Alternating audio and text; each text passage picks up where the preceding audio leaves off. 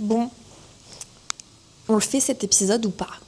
Bienvenue dans LVRN, Laurine vous rend narcissique. Aujourd'hui, je vous fais un épisode totalement session yap sur mon retour de Bali, sur mon expérience, sur mon solo trip, sur comment ça s'est passé, sur ce que je recommande, ce que je recommande pas. Donc voilà. Du coup, quand vous verrez cet épisode, je serai déjà rentrée malheureusement. Pour ceux qui me connaissent pas, je m'appelle Laurine, j'ai 30 ans et je suis la créatrice de ce podcast LVRN. Laurine vous rend narcissique. LVRN, c'est quoi? C'est un podcast de dev perso, c'est un podcast d'amour de soi, c'est un podcast qui te permet de te reconnecter à toi, de te reconnecter à ton essence féminine, à équilibrer tes énergies, à parler un peu spiritualité, à avoir confiance en toi, à avoir de meilleures relations, qu'elles soient amoureuses, amicales, professionnelles et même une relation incroyable avec toi-même. La DA était incroyable, donc j'avais pas forcément envie d'enregistrer cet épisode à Paris. Mais aujourd'hui, une petite session yap sur mon retour de Bali, sur ces 2 semaines solo, parce que j'étais toute seule pour mes 30 ans à Bali. Bali, ça a toujours été un rêve pour moi en tant que spiritual girly, et je vous avoue que ça m'a fait beaucoup de bien. Alors, faut sachez que moi, du coup, à Paris, de base, je fais beaucoup de pratiques spirituelles, je fais beaucoup de yoga, je faisais du journaling, etc. Et j'ai un peu perdu tout ça. Donc Bali en tout cas m'a fait me recentrer sur moi. J'ai rencontré pas grand monde, je vous avoue, j'ai pas voulu trop sociabiliser et je suis pas non plus venue à Bali pour party, du coup en fait je suis pas beaucoup sortie. Je suis sortie juste une fois avec une meuf parce que c'était mon anniv et la meuf je l'ai rencontrée dans le resto. Voilà, après on a bu des verres, on a dansé et ça s'arrête là. Et j'avais rencontré aussi 2 gars à un cours de yoga, mais voilà, ça s'arrête là aussi. Et je suis pas en train de critiquer ceux qui viennent à Bali pour faire la fête, pour aller en soirée, pour se bourrer la gueule, etc. Moi, c'est juste pas ma DA. Je suis pas le genre de meuf qui aime déjà faire la fête de fou. Je vais pas en boîte. J'essaye au max de pas beaucoup boire d'alcool parce que j'ai pas envie, tout simplement. Et là, du coup, je me suis dit que c'était grave le bon moment pour se recentrer sur soi, pour reprendre de bonnes bases. Donc voilà, ce que j'ai fait principalement, c'est du yoga, du journaling, de la méditation et des tatouages. Et être fashion, parce que vas-y, quand même, faut pas abuser. Euh, du coup, en plus, je suis venue en backpack, les gars. Non mais, j'étais en burn-out. J'étais en burn-out quand je suis arrivée parce que le sac est archi lourd. J'ai quand même mis la plupart des vêtements que j'avais pris. Donc voilà, je suis quand même assez contente de moi, assez fière de moi. J'ai pas acheté beaucoup de vêtements. Je suis allée dans une fripe à Bali. J'ai acheté une mini jupe en jean parce que moi, il faut sachez que la mini jupe en jean, je la cherche depuis 3 ans. Je n'arrive pas à la trouver. Je suis quasi satisfaite, on va dire. J'ai acheté un top et un béret. Et après, sinon, j'ai acheté un sac en cuir que j'ai fait faire. J'ai fait une bague aussi. Et voilà, mais je suis en train de vous spoil tous les bails. Bref. Reprenons nos moutons. Du coup, tac. Ça, c'est mon journal. Du coup, j'ai fait du journaling tous les jours. Et ça, c'est quelque chose que je pratiquais souvent en Paris, que j'ai totalement lâché. Parce que, vas-y, la routine, le taf, devoir aller au sport, devoir gérer son mec, devoir partager des moments avec lui, devoir partager aussi les moments avec mes potes, devoir gérer ma famille, devoir partager un moment avec eux aussi.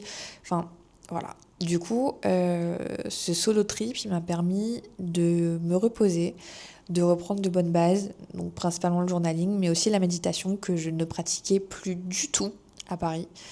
Et du coup, j'ai fait beaucoup de cours de yoga aussi qui m'ont permis de méditer. Parce que du coup, les cours de yoga que je choisissais, c'était des cours de yoga quand même assez soft.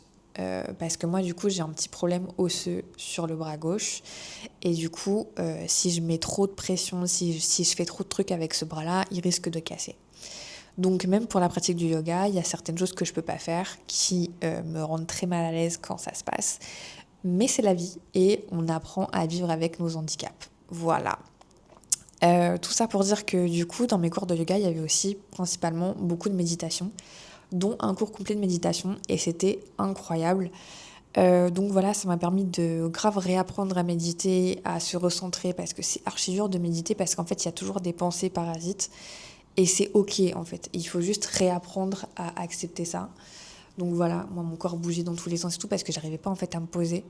Et au fur et à mesure que j'ai réappris à méditer, je me suis rendu compte qu'en fait c'était facile, genre que ton corps il n'oublie pas, que ton esprit non plus n'oublie pas. Donc voilà. Euh, Qu'est-ce que j'ai fait d'autre? Ben, j'ai fait de la spiritualité. En fait, à la base, dans moins de 30 minutes, je dois partir parce que j'aimerais bien aller prendre un verre, un dernier petit verre face à la mer. Donc voilà, donc on va faire assez rapido. Déjà pour commencer, en tant que femme seule à Bali, j'ai été en pure sécurité. Je vous avoue que moi je suis une flippette. J'ai peur de sortir toute seule parce que j'ai peur de me faire agresser, etc. Pas dans le sens j'ai peur qu'on me regarde, etc. J'ai juste peur pour ma sécurité.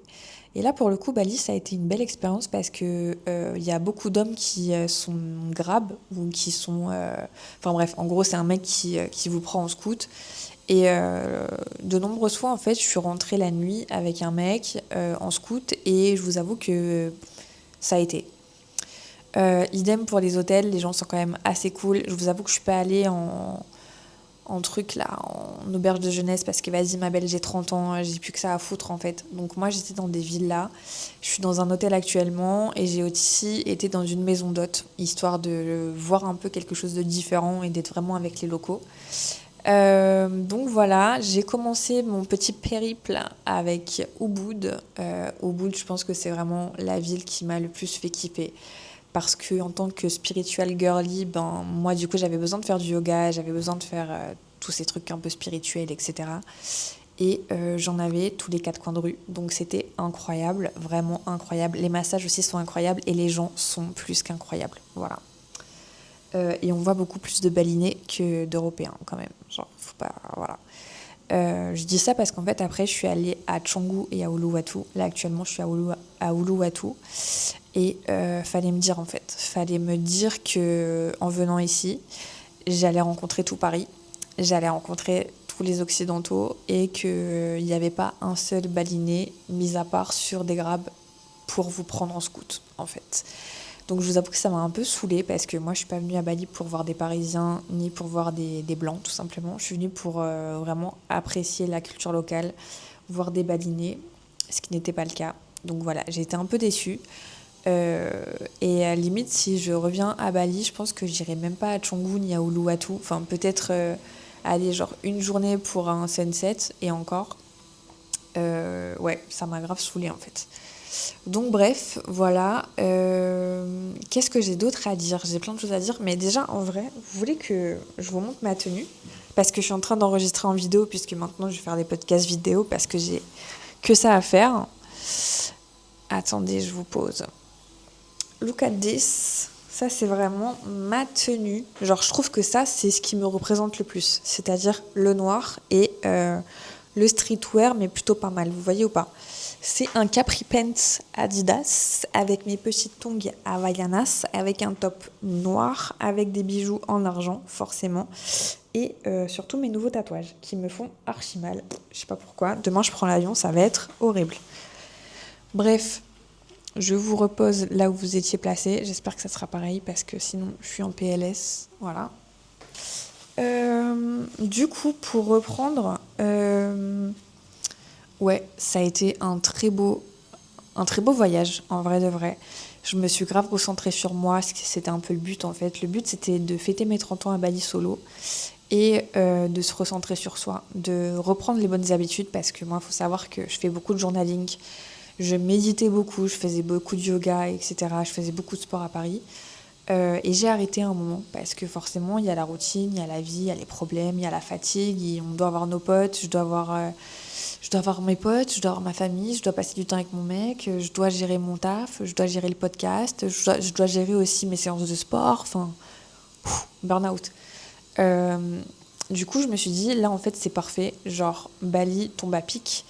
Et du coup, tout est tombé à pic, en fait. Et depuis que je suis arrivée, en fait, j'ai repris totalement le journaling. Et je pense que c'est quelque chose que je vais essayer. Enfin, c'est pas que je vais essayer, c'est que je vais continuer en étant à Paris. Parce que ça m'a toujours fait du bien, en fait. Et j'ai besoin de garder ça.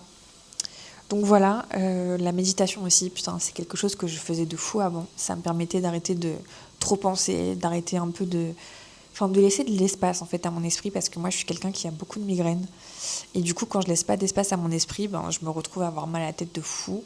Et je vous avoue que j'ai eu quand même pas mal de migraines ici, mais je pense que c'est juste lié à la fatigue excessive parce que je dors pas très bien. Vu que je suis une petite flippette la nuit en fait, voilà. Oh boy. Et du coup ouais j'ai fait beaucoup de yoga. Principalement du yoga matinal, juste pour me rendre compte qu'en fait, je n'ai pas de bonne routine matinale à Paris. Je m'explique. On n'a pas besoin d'avoir une routine matinale, mais moi, du coup, quand je suis en télétravail, je commence à 9h, je me lève, il est 8h58. Vous voyez ou pas? Donc j'ai encore la tête dans le cul quand je commence à travailler, et c'est pas bien. C'est pas bien parce que ton corps, en fait, il vient de se réveiller, il est déjà dans un pic de stress de fou, et c'est pas bon, en fait. D'où peut-être l'acné hormonal, d'où peut-être voilà, genre l'inflammation dans le corps, etc. Parce que ton corps, en fait, il se repose pas, il est direct en fait dans un truc qui lui convient pas. Et idem quand je pars au bureau, c'est que je me lève moins d'une heure avant, je me presse de fou. Et ensuite, je suis sur mon vélo, donc je suis archi stressée parce que je dois gérer tout le monde, etc. Et j'arrive au taf et je suis déjà fatiguée. Donc là, je pense vraiment que ma routine matinale à Paris, et j'espère vraiment réussir à la garder, c'est de me lever un peu plus tôt, de faire du stretching, de faire du yoga, de faire une petite période de méditation, juste pour m'ancrer dans le moment présent, m'ancrer vraiment. Et voilà, juste d'être ancré en fait, c'est super important, pardon. Du coup, voilà, franchement, les cours de yoga étaient incroyables. J'en ai fait pas mal, ça m'a fait du bien.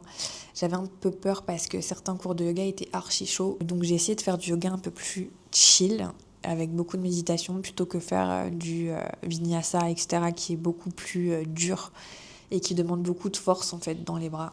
Chose que je n'ai pas. Enfin, c'est même pas que j'ai pas de force dans les bras, c'est juste que je veux pas me recasser une troisième fois le bras. Ça suffit. 2 fois, ça suffit. Du coup, euh, qu'est-ce que j'ai d'autre à dire? La partie spiritualité à Ubud, elle est incroyable. Attendez, parce que je sais pas où je fous, mais... Ouais, si c'est bon. La partie spiritualité à Ubud, elle est incroyable. Je vous avoue que j'ai grave apprécié passer une semaine là-bas. Ça m'a fait vraiment du bien. J'avais aussi commencé à faire un rituel, enfin j'avais commencé à faire, pas du tout, j'avais réservé un rituel de nouvelle lune parce qu'il faut savoir que, alignement de dingue, mon anniversaire c'était le jour de la nouvelle lune et c'était aussi mes 30 ans. Donc moi j'ai vu ça comme un alignement de fou.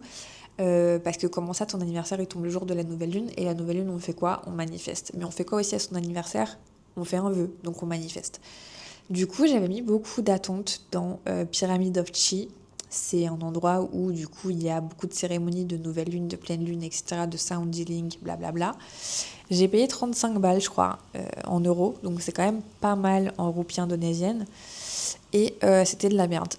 Voilà, c'était totalement de la merde. Ça m'a saoulée de fou parce que déjà, quand je suis arrivée, je me suis dit, ah, ok, donc c'est un homme blanc qui fait ça. Bon, pourquoi pas, vas-y, passons. Sachant que moi aussi je suis une femme blanche et que je fais de la spiritualité. Mais là, ce que j'ai trouvé bizarre, en fait, c'est l'appropriation culturelle de fou, euh, sans expliquer vraiment ce qui se passe. En fait, on était une quarantaine de personnes. Il y avait beaucoup de personnes qui ne connaissaient absolument pas ce que c'était la nouvelle lune, la pleine lune, etc. Donc il n'a pas du tout expliqué. Et les gens faisaient ce qu'ils disaient sans forcément se poser la question si ça servait à quelque chose ou pas. Et moi, en tant que meuf qui est très spirituelle, qui fait beaucoup tous les mois, en fait, 2 fois par mois, je fais mes rituels de nouvelle lune et de pleine lune, je me suis dit, oulala, c'est bizarre. Et ce que j'ai trouvé encore plus bizarre, c'est quand il a commencé euh, à chanter en fait comme les Amérindiens, vous voyez ou pas? Et là, je me suis dit, Jean-François, ça suffit, genre, ça suffit. En fait, genre, tu peux faire quelque chose comme ça, tu peux très bien avoir une appréciation culturelle, juste apprécier le fait d'être en lien avec la Lune, comme je fais, mais sans t'approprier quelque chose qui ne t'appartient pas, notamment les Amérindiens, tu vois. Parce que cette culture-là, elle a souvent été méprisée, euh, elle a été opprimée, etc. On leur a volé leurs terres, etc.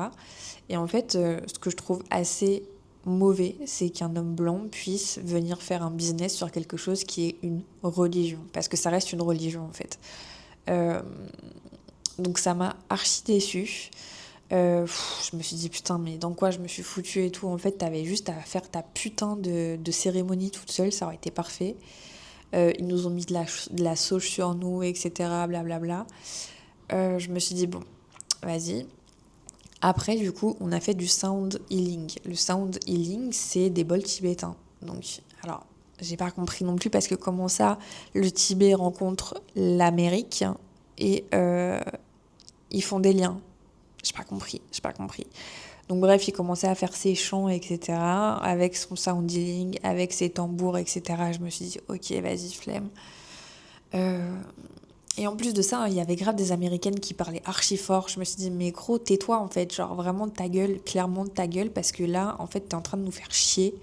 Et personne disait rien en fait. Et du coup, je me suis dit, en fait, ça, c'est totalement du tourisme spirituel et ça me casse les couilles. Ça me casse les couilles parce que moi aussi, je suis tombée dedans du coup.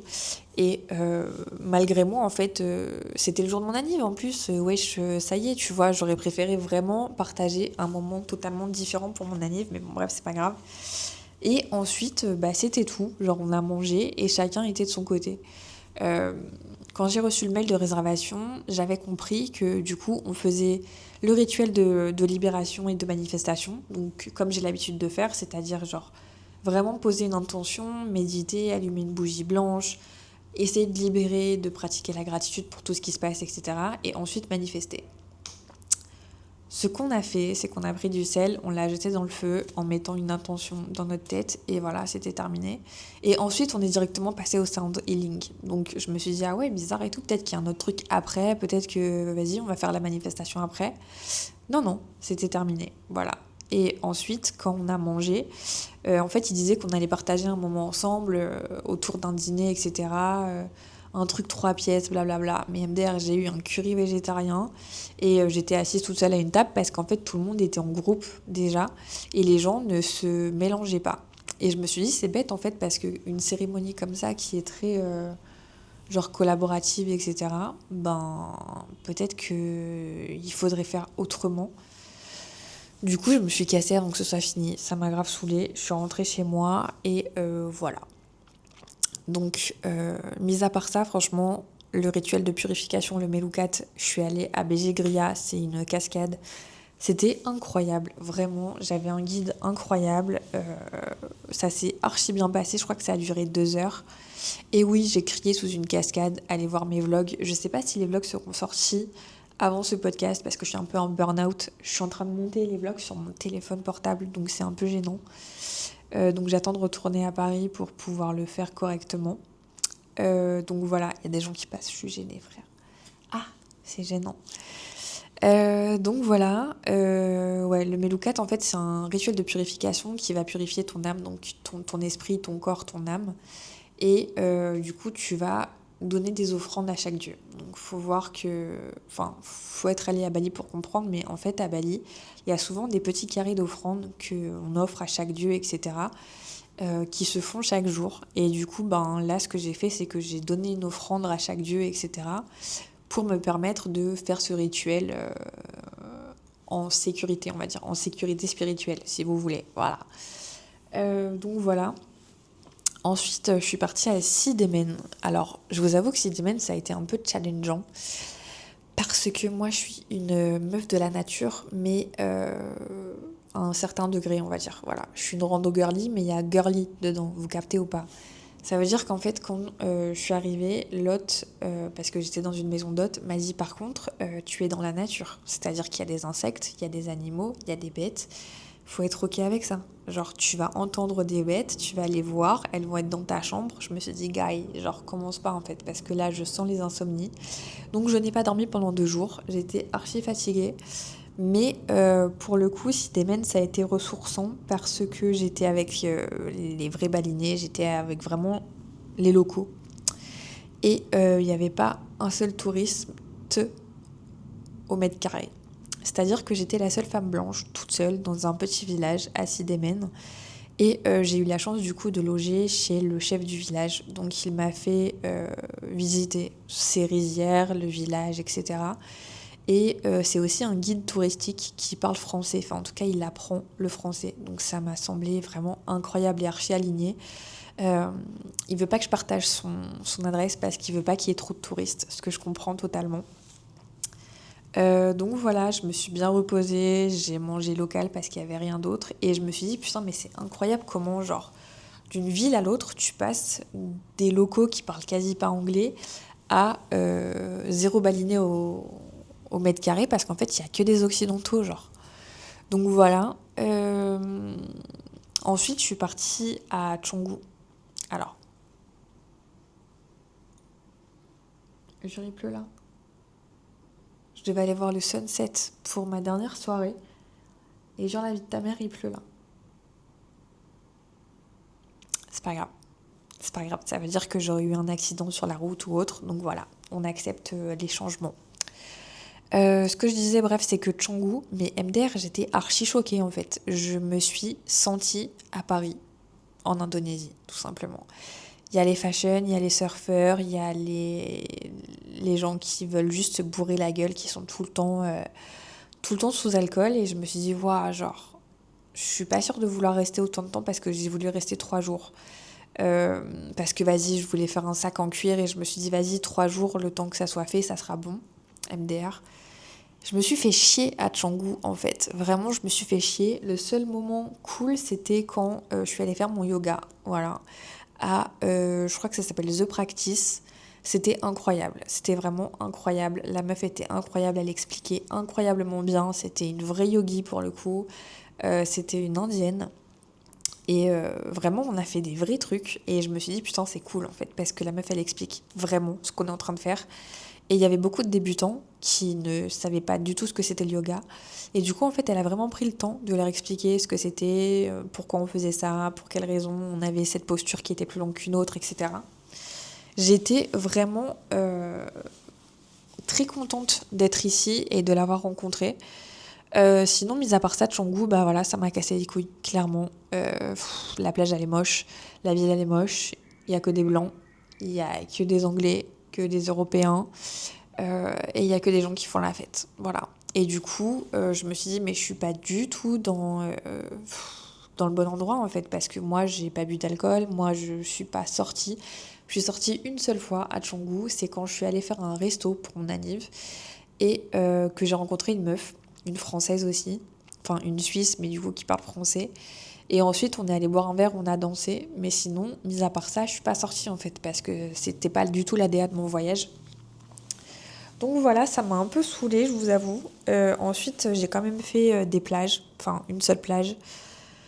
Mis à part ça, voilà quoi, genre en fait, culturellement parlant, on repasse, on repasse. Ensuite, du coup, je suis arrivée à Uluwatu, là où je suis actuellement. Mis à part les surfeurs qui se trouvent archi beaux et qui se regardent tous les 4 matins dans un miroir, j'ai pas trouvé ça incroyable. En plus, je vous avoue que mon hôtel, il est un peu loin de la côte. Donc je suis toujours à 15-20 minutes en scoot pour aller faire des trucs. Et je vous avoue que j'ai pas fait grand chose. Je suis retournée à Alkemai Yoga. C'est là où j'avais fait mon yoga à Ubud. Et j'ai vraiment apprécié cet endroit parce qu'il y a un petit café et aussi parce que les profs, c'est des Australiens, etc. Mais ils sont quand même cool, ils ont une bonne pratique de la chose. Et j'ai pu faire plein de yoga différents que j'avais grave apprécié. Et voilà, donc c'était plutôt pas mal. Mais sinon, Uluwatu, je vous avoue que c'est le coin des surfeurs en fait. Donc moi, je surfe pas parce que voilà, à cause de mon problème de bras. Du coup, je me suis fait un peu chier aussi. C'est pour ça que je suis allée me faire tatouer aujourd'hui parce que j'avais rien d'autre à faire en fait. Et oui, parce que aussi, je suis allée faire du coup mes sacs en cuir. MDR. Donc je suis allée à Canggu, chez Canggu Laser, non, je sais pas quoi, bref. Je voulais absolument un sac banane en cuir. Attendez, je vous montre. Ça a toujours été mon rêve depuis Sex and the City et Carrie avec son sac banane Gucci. Voilà. Si vous savez pas quoi m'offrir pour mon anniversaire, sachez que je cherche toujours. Attendez, je vous pose. Sachez que je cherche toujours le sac banane en genre de cuir Gucci. Noir sur noir, on va rien voir du tout ma belle, mais voilà, genre ça c'est mon sac banane en Suède noir. D'ailleurs je vais le mettre, en vrai c'est la DA elle est cool avec. Ça, c'est grave frais wesh. Attendez, je le pose en deux spi. C'est grave frais, attendez, je vous montre. Parce que oui, genre, on est en real life here. Vous voyez ou pas la DA? Franchement, j'aime bien. Et bref, du coup, comme j'ai toujours voulu un sac banane et que je n'en trouve pas à Paris un truc qui soit quali de fou, je me suis dit, vas-y, je vais le faire ici, c'est du vrai cuir, c'est cool, etc. Donc, j'avais fait ça et un autre sac. Lol. Vous voyez, j'ai qu'un sac là. Je vais vous expliquer pourquoi. En fait, du coup, je suis allée faire un sac sur mesure. Je voulais un sac un peu genre bowling. Je sais pas si vous voyez, genre. Donc, c'est des sacs assez petits en hauteur et ronds. Et du coup, je lui montre une photo que j'avais trouvée sur Pinterest. Je lui dis, je veux ça, mais avec un co-print, genre un imprimé vache. Il me dit ok et tout, t'inquiète pas, non non non. Je lui dis qu'en fait je serai pas à Canggu pendant assez longtemps, donc comment on fait? Il me dit ouais, je te l'envoie à Uluwatu, t'inquiète pas, on a un shop, etc. Donc aujourd'hui, je fais quoi? Je vais au shop à Uluwatu parce que le mec m'a dit ouais, tes sacs sont prêts. MDR. Attendez, je vais chercher mon téléphone. Je vais vous montrer en vidéo ce que j'avais demandé et ce que j'ai reçu. Genre, j'étais là, mais frère, genre, c'est pas possible. À la base, j'ai demandé ça. Voilà, un sac, Mimi. Ce que j'ai reçu, c'est ça. The fuck. Sur la photo, je vous avoue que on dirait que c'est ça. Mais le fait est que ce n'était absolument pas ça. Donc je lui dis, mais en fait, gars, c'est pas ça du tout. Genre, du coup, je lui montre la photo parce que lui, je l'avais jamais vue. Il me dit, ah oui, c'est vrai et tout. Attends, je regarde si c'est le bon sac. Je lui dis, ok et tout. Je me dis peut-être qu'il s'est trompé et tout de commande. Genre, je sais pas, il a échangé un sac avec un autre et tout. Du coup, il appelle son pote à Canggu et tout, il lui explique, non, non, non. Son pote lui dit, non, non, c'est ça et tout, c'est bien ce sac-là et tout. Et du coup, son pote lui explique en anglais en mode, bah ouais, mais il ressemble pas du tout à ce qu'elle a demandé. Elle m'a montré la photo et en fait, on a une conversation. Donc, le mec aussi voyait la photo, bref. J'ai bataillé pendant 40 minutes pour me faire rembourser parce que du coup, je lui dis, en fait, c'est simple. Je peux pas, genre, partir avec ce sac-là. C'est pas du tout ce que j'ai demandé. Le sac, il a coûté 75 balles en fait. Donc, c'est pas rien. 75 balles, c'est 75 euros, vous voyez. J'en ai eu pour 111 euros pour les deux sacs. Bref.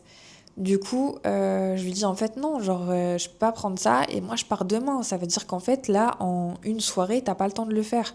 Il m'a dit si, t'inquiète et tout, je vais le faire et tout. J'ai dit ouais, mais si j'aime pas, on fait comment? Il m'a dit ouais, t'inquiète, je te l'amène à l'aéroport et tout. Je lui dis ouais, mais non, t'as vu, genre j'ai pas le temps là, t'as vu, demain matin je suis pressée, j'ai pas envie d'être stressée et d'attendre un sac que j'aurais peut-être pas et tout. Donc j'ai bataillé et merci au mec de Uluwatu parce qu'en fait il m'a remboursé sans faire de chichi. Et du coup, ben, avec cet argent-là, je suis allée me faire 3 tatouages. Lol. Parce que de base, en fait, je savais pas trop quoi faire en tatouage. Et moi, il faut savoir que tous mes tatouages ont une signification. Et je fais un tatouage à chaque fois que je voyage. Le seul endroit où je me suis pas fait tatouer, c'était à Madagascar parce que j'ai pas eu le temps et j'avais un peu la flemme. Mais sinon, même en Guadeloupe, je me suis pas fait tatouer. Dis donc. Wesh, comment ça j'ai oublié? Je viens de me rendre compte là, crari, j'ai oublié. Bref, du coup, j'ai fait une lune, j'ai fait la fleur de Bali et j'ai écrit Chanti en balinais. Chanti, ça veut dire paix, et Chanti, c'est aussi un peu le gourou dans Kilomètre Zéro, le livre de Maud Ankawa. Ce livre-là, si vous ne l'avez pas lu, je vous invite vraiment à le lire. C'est un livre incroyable, vraiment. En fait, je dis tout le temps que c'est ma Bible, et c'est vraiment une réalité. Genre, j'adore ce livre. Je le trouve tellement magnifique. Il m'a beaucoup aidé dans mon développement personnel, dans mon travail sur moi, etc. Ça a été un peu l'élément déclencheur du truc. Et voilà, c'était une copine qui m'avait conseillé ce livre et vraiment je lui en serai à jamais reconnaissante. Et c'est aussi pour ça que je voulais venir à Bali. Donc voilà, je me suis dit qu'en fait ça c'était grave significatif d'écrire Chanti parce que du coup je suis vraiment en paix ici en fait. Donc voilà. Qu'est-ce que j'ai d'autre à vous dire? Ben, je vous avoue que j'ai quand même un peu hâte de rentrer à Paris parce que mes proches me manquent. C'est archi cool de voyager toute seule, vraiment. Je me suis pas sentie mal, sentie regardée, sentie rejetée, sentie seule, etc. Pendant tout mon séjour, ça m'a fait vraiment du bien d'être seule avec moi, de pouvoir faire mon propre programme, de pouvoir me reposer quand je voulais, de pouvoir aller au yoga quand je voulais. Si je voulais y aller 3 fois par jour, j'y allais 3 fois par jour. Donc c'était vraiment incroyable. Mais voilà, genre j'ai aussi envie de voir mes proches, j'ai aussi envie de partager des moments avec eux, de retrouver un peu de chaleur humaine, parce que c'est pas qu'ici il n'y a pas de chaleur humaine, c'est juste que je me suis pas fait de copine en fait. Parce que c'était pas le but, parce que j'en ai pas eu l'occasion, parce que je suis pas sortie non plus de fou, parce que j'étais à fond dans le yoga et dans la méditation, et que après, en fait, je suis restée max 3 jours dans un endroit, donc c'est assez difficile quand même de rencontrer des gens. Donc voilà. Les seules 2 personnes que j'ai rencontrées, c'est 2 mecs au yoga. Ces 2 mecs étaient incroyables. On s'est vu juste une fois, on s'est parlé pendant tout mon séjour, mais on n'a jamais réussi à se revoir. Donc voilà. Si vous écoutez ce podcast ou cette vidéo-là, les gars, je vous fais un gros coucou. Voilà. Ah ouais, et je me suis rendu compte en fait à quel point je m'en battais les couilles maintenant de parler anglais avec un accent très français. Avant, j'étais le genre de meuf qui était stressée de parler anglais parce que j'avais un accent archi français. Et en fait, à chaque fois qu'il y a un mec qui me parle, genre par exemple tout à l'heure, le mec du massage m'a dit qu'il reconnaissait grave mon accent. Je lui ai dit, ah bon, je viens d'où? Il m'a dit, bah, de France. J'ai dit, ah ouais, putain, c'est chaud. Mais en fait, j'ai la flemme, genre, parce que du coup, mon anglais est très bon avec mon accent français, vous voyez ou pas? Et du coup, si je commence à faire un petit délire de meuf américaine, etc., je bafouille et du coup, mon anglais, il est pas carré.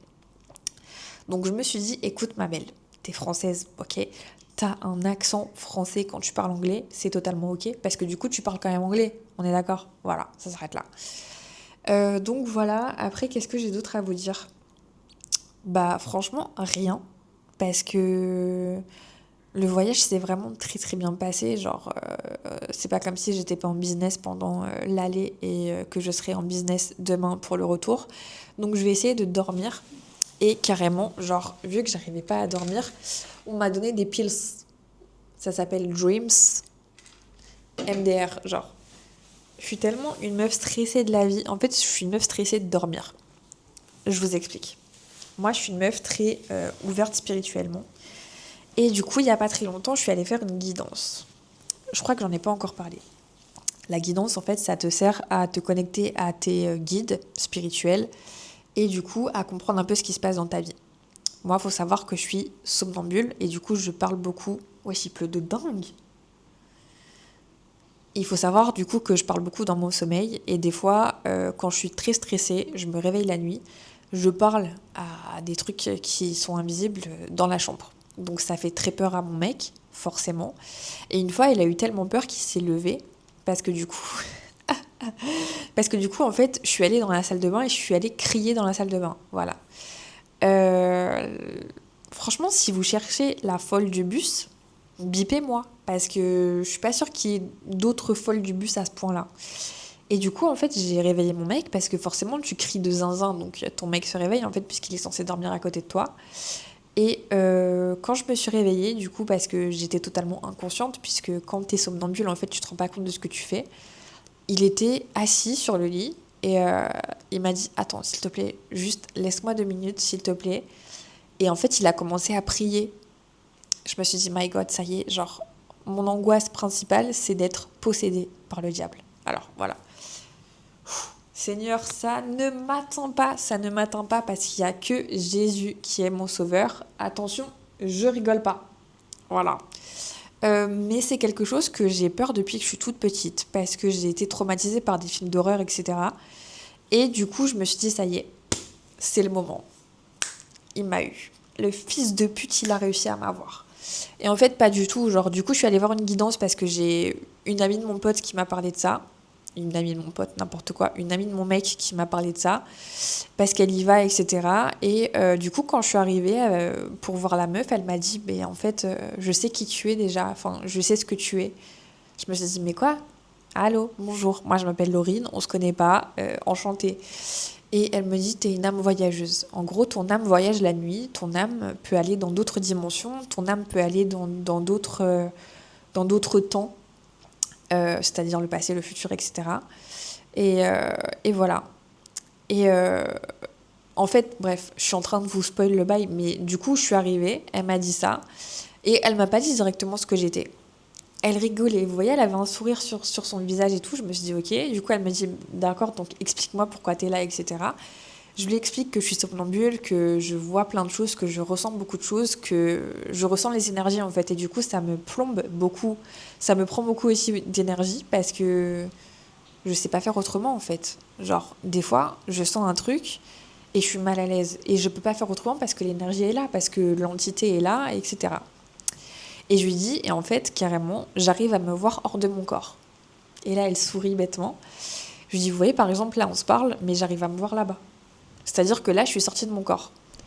Elle me dit oui, voilà, bon, bah, c'est bien ce que je pensais, donc tu es une âme voyageuse, voilà, donc elle m'explique le bail, etc. Et pour vous la faire courte, vous voyez Prue Halliwell, genre la meuf qui sort de son corps dans Charmed. Bah voilà, ça c'est mon délire, en gros. Et du coup, elle m'explique plein de trucs, etc. Et elle m'explique que quand j'étais petite, et ça c'est une dinguerie, frère, parce que je lui ai pas raconté en fait, et je l'avais raconté à quasi personne. Elle m'explique que quand j'étais petite, genre, je voyais des choses. Je lui dis, ouais, une fois j'ai vu quelqu'un et tout. Elle m'a dit, il avait un chapeau, le monsieur. Et je dis, alors déjà, comment vous savez que c'était un monsieur? Et oui, il avait un chapeau. En fait, il faut savoir que quand j'étais petite, du coup, je dormais avec mes parents, quand mes parents étaient encore ensemble.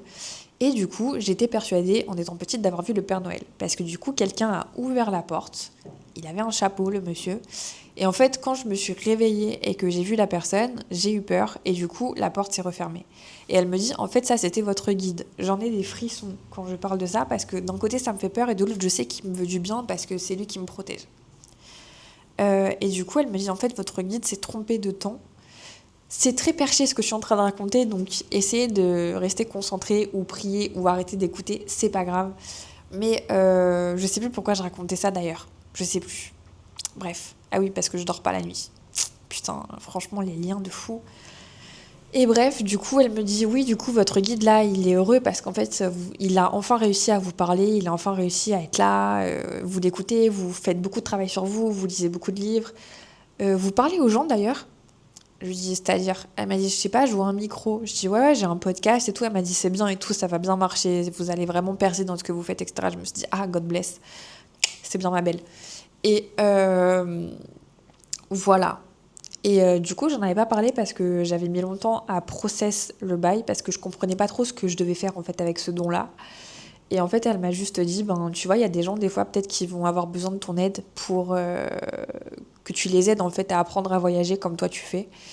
Et du coup, quand j'ai su ça, je suis rentrée chez moi. Du coup, j'avais l'impression d'avoir un poids en moins sur mes épaules parce que j'avais l'impression d'être au moins pour une fois comprise. Et bref, du coup, on a fait une seconde session. C'était le 8 août. Elle me dit, ah mais c'est incroyable comment t'es alignée et tout, parce que comment ça tu viens le 8 août, c'est un portail énergétique, blablabla. Je lui dis ouais je sais et tout, je savais même pas, en fait on a pris rendez-vous comme ça, mais voilà. Elle me dit tu sais, rien n'arrive par hasard, ce que je suis totalement d'accord.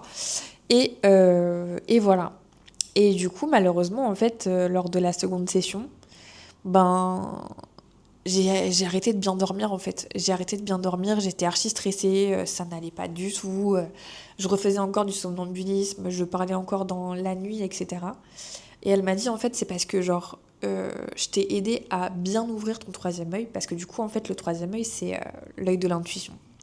Vous voyez, c'est l'œil qu'il y a souvent sur le front quand on fait du yoga, etc. ou dans les trucs spirituels, il y a toujours le troisième œil.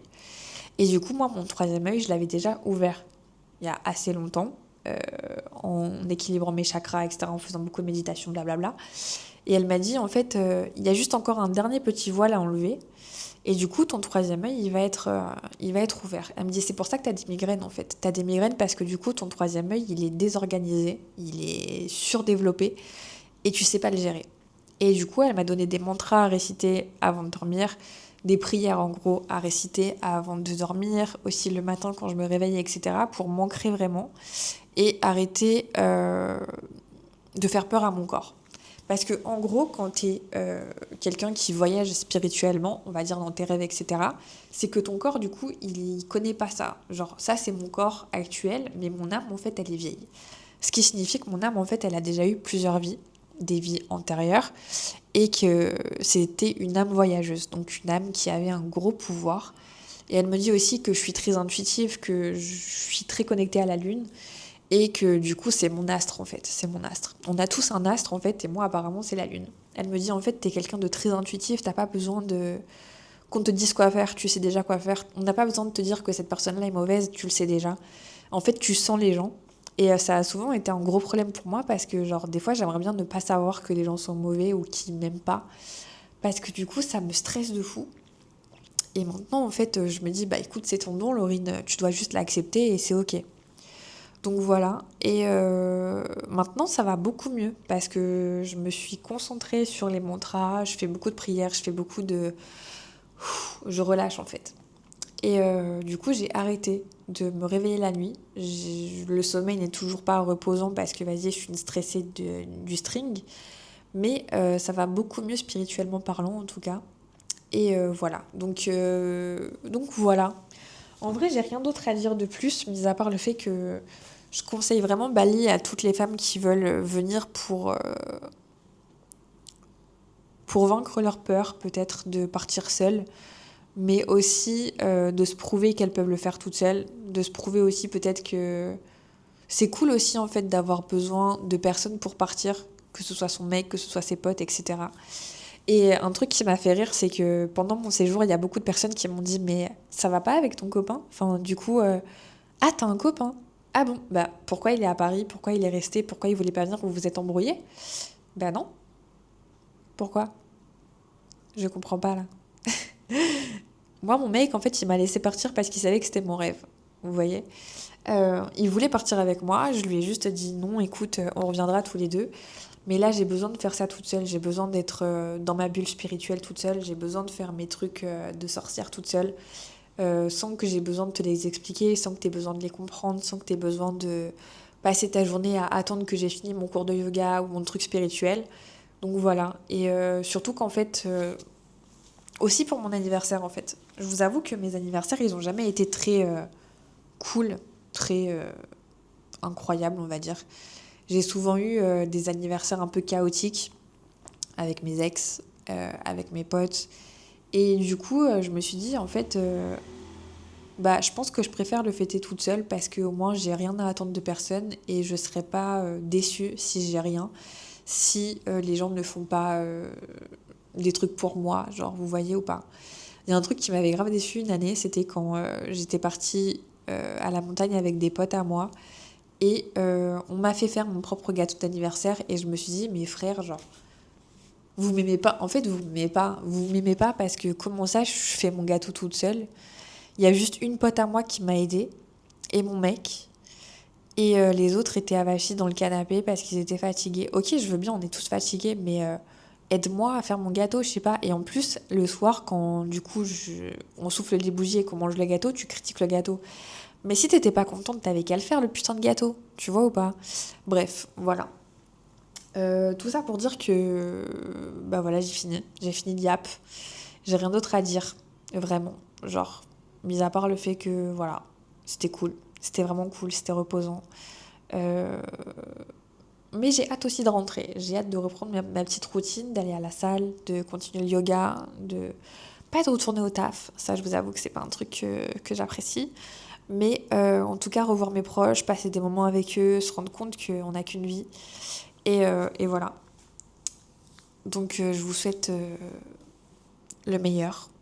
Je vous souhaite une belle journée. Je vous souhaite beaucoup, beaucoup, beaucoup d'amour, beaucoup d'argent aussi, parce que vas-y, on n'en a jamais assez. Prenez soin de vous et à bientôt.